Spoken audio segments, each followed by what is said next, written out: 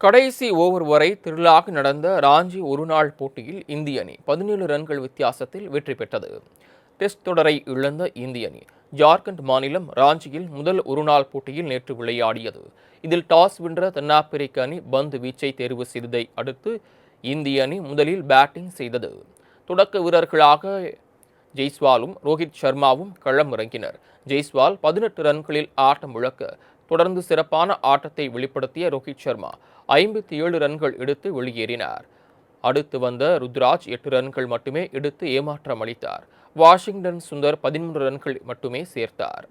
ஒரு பக்கம் விக்கெட்டுகள் இழந்தாலும் விராட் கோலி தனது சிறப்பான ஆட்டத்தை ஒவ்வொரு ஓவர்களிலும் வெளிப்படுத்தி 102 பந்துகளை எதிர்கொண்ட போது விராட் கோலி ஒருநாள் போட்டிகளில் 52வது சதத்தை பதிவு செய்தார்.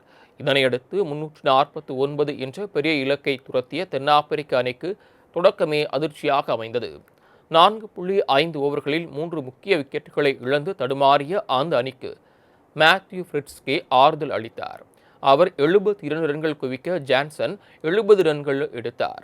ஒருபுறம் விக்கெட் விழ கடைசி நேரத்தில் கார்பின் போஷ் அதிரடி காட்டினார். இதனால் ஆட்டத்தில் யார் வெற்றி பெறுவார் என்ற நிலை ஏற்பட்டது. கடைசி ஓவரில் 18 ரன்கள் தேவை என்ற நிலையில் அனைத்து விக்கெட்டுகளையும் தென்னாப்பிரிக்க அணி இழக்க இந்திய அணி வெற்றி பெற்றது. இந்த நிலையில் தென்னாப்பிரிக்காவிற்கு எதிராக ராஞ்சியில் நடைபெற்ற ஒருநாள் போட்டியில் விளையாடிய ரோஹித் சர்மா புதிய சாதனையை படைத்தார். ஒருநாள் போட்டிகளில் பாகிஸ்தானை சேர்ந்த ஷாஹித் அஃப்ரிடி 351 சிக்சர்கள் விளாசி முதலிடத்தில் இருந்த நிலையில் ரோஹித் சர்மா அந்த சாதனையை முறியடித்தார்.